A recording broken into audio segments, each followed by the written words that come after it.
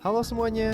Untuk membuat jalan setapak atau area dari batu alam, atau yang juga disebut batu alam liar, yaitu batu pasir atau batu lempeng, kita hanya membutuhkan alat yang sangat minimal.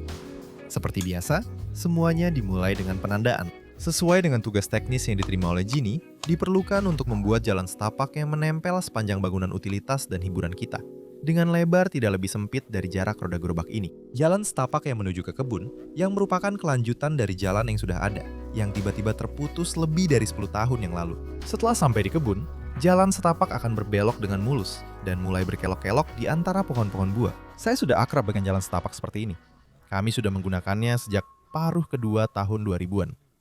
Jadi saya tahu kelebihan dan kekurangan dari berbagai jenisnya. Dan saya harap saya sudah cukup berpengalaman untuk menjadi penasihat dalam hal ini. Pilihan pertama mahal dan memakan banyak tenaga. Jalan setapak ini dibuat dengan meletakkan batu alam di atas pondasi beton bertulang yang kokoh. Keuntungannya, Anda bisa menggunakan batu pipih yang lebih tipis dengan ketebalan 1,5 hingga 2 cm. Rumput tidak akan tumbuh menembus jalan setapak. Namun, setelah berdiri lebih dari 10 tahun di iklim Belarusia kita, yang memiliki banyak siklus pembekuan dan pencairan selama musim dingin, jalan setapak ini sekarang sudah membutuhkan perbaikan. Batu di area pelindung sekeliling rumah dan di kaki dinding rumah lebih awet, karena terkena curah hujan lebih sedikit. Rekaman kronik retro dari masa pembangunan rumah menegaskan betapa tingginya kebutuhan material dalam proses ini. Persiapan pondasi yang serius, penggunaan besi tulangan, beton, dan rekaman yang lebih modern menunjukkan betapa besar tenaga kerja yang dibutuhkan. Pertama-tama, untuk meningkatkan daya rekatnya, batu harus dibersihkan dan dicuci dengan sangat baik. Pemilihan dan pemotongan membedakan pekerjaan dengan batu alam dari pekerjaan dengan material buatan. Karena ketebalannya yang tidak stabil, dibutuhkan banyak lem ubin tahan beku atau adukan khusus berkualitas tinggi. Pada masanya, pekerjaan dan material ini menghabiskan banyak anggaran penataan kami. Sehingga saat itu, dana tidak cukup untuk penataan penuh di area sekitar rumah. Dan pekerjaan yang begitu memakan tenaga seperti itu, hari ini jelas tidak akan kami lakukan. Ada solusi yang jauh lebih sederhana. Nah, jalur ini dibuat dengan meletakkan batu alam di atas dasar pasir. Keuntungannya adalah tidak memerlukan pengecoran beton yang memakan banyak material dan tenaga kerja. Jalurnya mudah diperbaiki. Jika ada bagian yang amblas, Anda bisa mengangkat sedikit batu, menambah pasir, lalu memasangnya kembali. Air bisa meresap melalui jalur ini, sehingga tidak terbentuk genangan air di atasnya. Kekurangannya, rumput bisa tumbuh di antara batu-batu, tapi bagi banyak orang, justru itu adalah kelebihan. Jalur kami juga sudah ditumbuhi rumput, dan sebelum pengambilan gambar ini, saya hanya membersihkan rumputnya dengan pemangkas. Dibutuhkan batu yang lebih tebal, tapi kekurangan utamanya adalah pada tanah yang mudah mengembang akibat pembekuan. Seperti tanah di tempat kami yang banyak mengandung tanah liat. Jalur seperti ini sulit diprediksi. Dan inilah contohnya yang jelas. Cekungan ini terbentuk beberapa tahun setelah pemasangan, dan ini bukan satu-satunya. Bahkan paving block di beberapa tempat sampai amblas, dan di tempat lain justru terangkat, meskipun persiapan dasar sebelum pemasangannya dilakukan dengan sangat teliti. Dan sekarang, tanpa memiliki dana lebih, juga tanpa keinginan untuk melakukan pengecoran beton bertulang yang melelahkan, dan juga tidak ingin membayar untuk jalur-jalur yang berperilaku tak terkendali dan seolah-olah hidup dengan caranya sendiri. Saya memutuskan untuk menunggu perkembangan teknologi modern, yang seperti semua teknologi modern akan menyederhanakan dan membuat semuanya lebih murah. Dan tampaknya, saya akhirnya mendapat apa yang saya tunggu. Dan sebentar lagi, Anda akan melihat betapa sekarang semuanya menjadi sederhana dan mudah. Sementara itu, saya memotong lapisan rumput dengan sekop dan mengambil tanah kira-kira setinggi mata sekopnya. Itu sudah cukup. Untuk menggunakan teknologi modern ini, dasar tanah harus rata dan memiliki sedikit kemiringan. Saya mencapai hal ini dengan mengganti sekop biasa dengan sekop yang memiliki mata bulat. Untuk meratakannya, Anda juga bisa menggunakan alat perata atau benda yang rata. Tapi bagi saya, sekop saja sudah cukup. Tanah di dasar sengaja tidak saya gemburkan. Jadi saya juga tidak akan memadatkannya lagi. Hujan kecil membuktikan bahwa mata saya tidak salah, dan memang ada kemiringan. Hasilnya, kemiringan drainasenya seperti ini. Karena harus menyesuaikan dengan kontur yang sudah ada, kemiringan dasar jalur mengarah ke kiri dan ke kanan. Dan seluruh dasar secara keseluruhan miring menjauhi bangunan. Ngomong-ngomong, ini adalah penampang jalur lama yang akan kita sambungkan dengan yang baru ini. Hanya ada tidak lebih dari 20 cm pasir sungai, dan itu saja. Jika bisa mengatasi penggembungan akibat beku, mungkin ini adalah pilihan jalur taman dari batu alam yang paling murah dan mudah.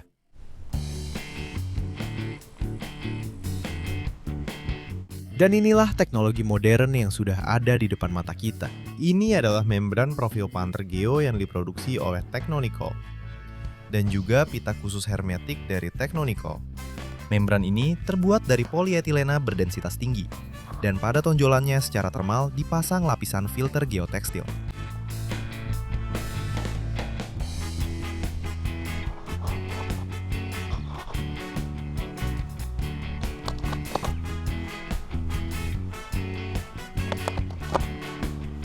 Gulungan ini memiliki lebar 2 meter dan panjang 15 meter.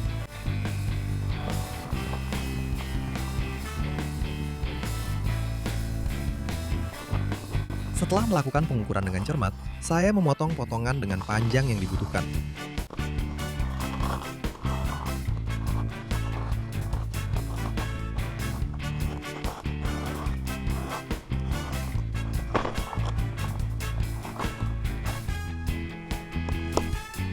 Dan karena jalurnya tidak terlalu lebar, saya juga memotong planter geo secara memanjang.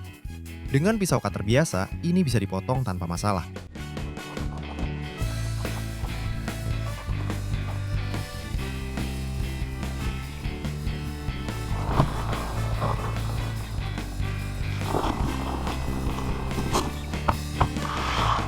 Ada beberapa cara untuk memasang membran ajaib ini. Saya melipat salah satu ujungnya ke atas secara tegak lurus. Dengan lebar jalur saya, limbahnya sangat minim.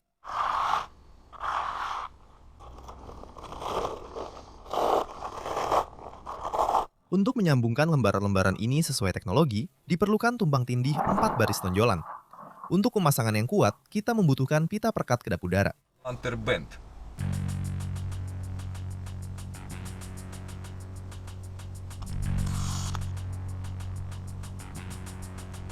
Jadi, bagaimana semua ini bekerja? Membran yang diletakkan di dasar dengan sedikit kemiringan akan mengalirkan air yang merembes melalui jalan setapak ke samping. Dan dalam kasus saya, juga menjauh dari bangunan. Jadi, ini seperti jalan setapak dan pelindung pondasi. 2 fungsi dalam 1.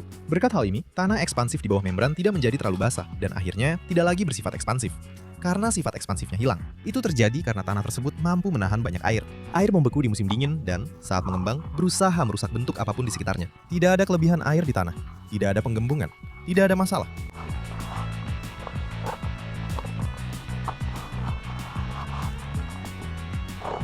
Lengket sekali. Dan agar semuanya benar-benar kuat, kita juga akan menggunakan double tape.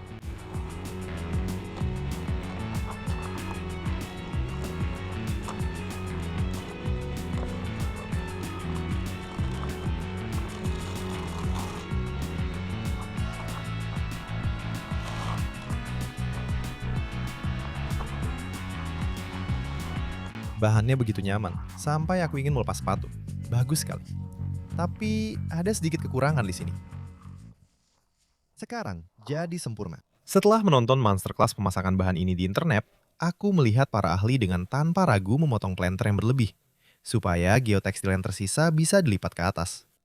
Di Belarus, belum lama ini kami melewati tahun hemat. Dan setelah belajar dari itu, aku memutuskan untuk menambah konstruksi ini dengan geotekstil milikku sendiri, yang aku pinjam dari istriku. Dengan cara ini, planter akan lebih awet, dan istriku mungkin tidak akan menyadarinya. Setidaknya sampai musim semi tiba. Bagus sekali, aku memutuskan untuk melepas sepatu. Hampir tidak ada tanah yang terbawa masuk, dan lakban menempel dengan baik pada bahan yang bersih. Geotekstil yang saya tambahkan tidak akan menghalangi air mengalir keluar lewat planter, tetapi akan mencegah lapisan subur bercampur dengan pasir yang akan saya gunakan untuk menimbunnya. Dan pasir sungai yang tetap bersih akan memastikan air mudah meresap dari permukaan jalan setapak ke membran, sehingga tidak akan terbentuk genangan air. Bagaimana planter geo memastikan aliran air? Tonjolan-tonjolan kecil mencegah geotekstil menyentuh sebagian besar permukaan membran. Dan ia bekerja seperti saringan, menahan pasir dan membiarkan air lewat, yang kemudian mengalir ke samping melalui planter di antara tonjolan-tonjolan itu. Itulah sebabnya dasar permukaan harus miring. Yang brilian biasanya sederhana, tapi sangat menyenangkan berjalan di atasnya tanpa alas kaki. Mungkin jalur berikutnya akan saya buat hanya dengan planter geo. Saya mengambil pasir dari simpanan yang sudah saya siapkan sejak pembangunan untuk keperluan seperti ini. Di bagian atas pasirnya tidak begitu bersih. Nanti ke bawah akan lebih baik. Membeli satu truk penuh hanya untuk beberapa jalur itu bukan gaya kita. Nanti akan muncul masalah. Bagaimana cara membuang kelebihannya? Dan di sekitar sini semuanya sudah dibangun. Dan pasir dalam karung itu untuk orang-orang sok gaya. Pasir yang biasa saja. Saya siram semuanya dengan banyak air supaya bisa memadat dengan baik. Dan nanti tidak perlu terlalu banyak dipadatkan. Tiba-tiba, untuk hal ini saya memutuskan untuk meminta bantuan pada kekuatan alam. Pakai air dari meteran itu mahal, tapi sepertinya masih belum cukup. Dengan sepenuh hati saya meminta air, tapi tidak terjadi apa-apa. Lalu saya meminta lagi, kali ini dengan lebih sepenuh hati. Dan langit pun terbuka. Dan hujan pun melakukan pekerjaan memadatkan pasir untuk saya.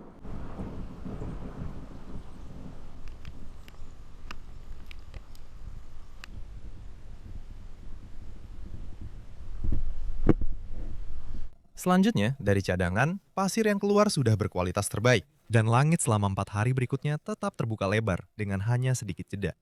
Saya sudah ingin meminta mereka untuk berhenti. Tapi pada hari kelima, hujan pun reda. Ulah alam langsung terasa sekali ketika harus bekerja di luar ruangan. Entah itu membangun rumah atau memasang jalan setapak di taman.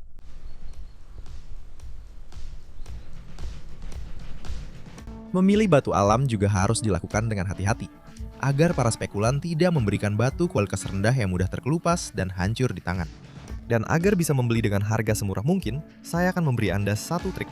Ketika batu tidak dibutuhkan hanya untuk satu jalur seperti sekarang, tetapi untuk menutupi area yang jauh lebih luas, kami membelinya langsung di lokasi penambangan. Saya menemukan sopir truk jarak jauh kami, yang membeli dan mengantarkan batu dari wilayah Rostov sejauh lebih dari 1000 km langsung ke wilayah Homel untuk saya.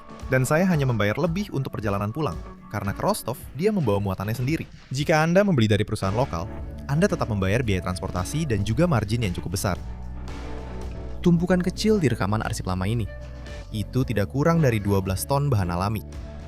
Kali ini, batu dibeli langsung di tempat. Setelah mengetahui harga di Belarus, saya harus menyesuaikan bukan berdasarkan meter persegi yang dibutuhkan, tetapi pada jumlah uang yang dialokasikan dari anggaran keluarga. Untuk jalur ini, saya bahkan menimbangnya ulang di timbangan lantai ketika saya melihat tumpukan kecil yang dikirim dengan harga yang tidak murah. Jangan anggap saya terlalu curiga atau cerewet.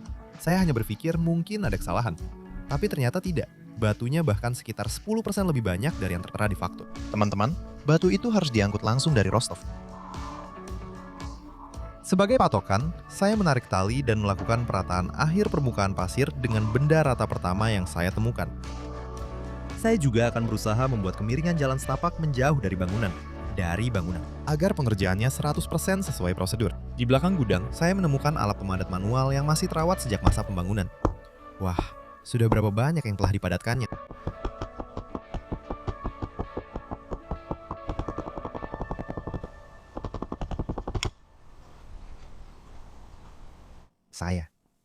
Saya berhenti meninggalkan jejak di pasir.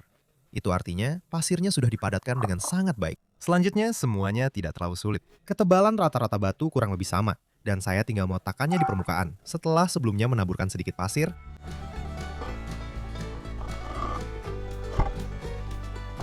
saya memadatkannya dengan alat pemadat. Karena memukul batu sebesar itu dengan palu karet jauh lebih tidak efektif. Disinilah kreativitas murni dimulai. Jika batunya berkualitas dan tebalnya tidak kurang dari 4 cm, batu itu bisa menahan pukulan alat pemadat tanpa masalah. Ketika memilih batu sendiri, kamu menghilangkan satu pihak dalam proses yang bisa disalahkan karena sambungan yang terlalu tebal, pola yang tidak bagus, atau pemasangan yang tidak rata. Kali ini saya memutuskan untuk benar-benar tidak menggunakan gerinda untuk memotong dan memasang batu sesuai bentuk aslinya, biar hasilnya terlihat lebih kasar. Bagian pertama sudah jadi dengan baik. Sekarang bisa lanjut ke bagian berikutnya.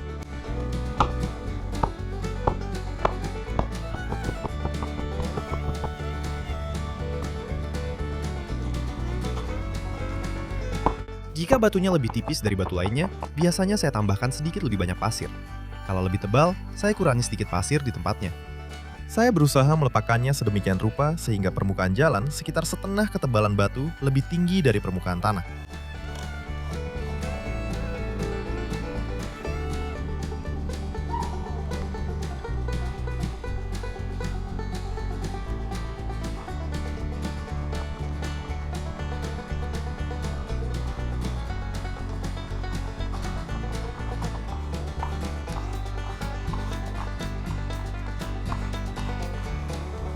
Saya mengisi celah-celahnya dengan pasir dan menyiramnya dengan air. Di sini sebaiknya jangan terlalu berlebihan, pasirnya jangan sampai hanyut. Tapi biarkan pasir masuk ke bawah pinggiran batu agar batu-batunya lebih kokoh. Menurut saya, hasilnya lumayan bagus. Saya memotong geotekstil yang berlebih.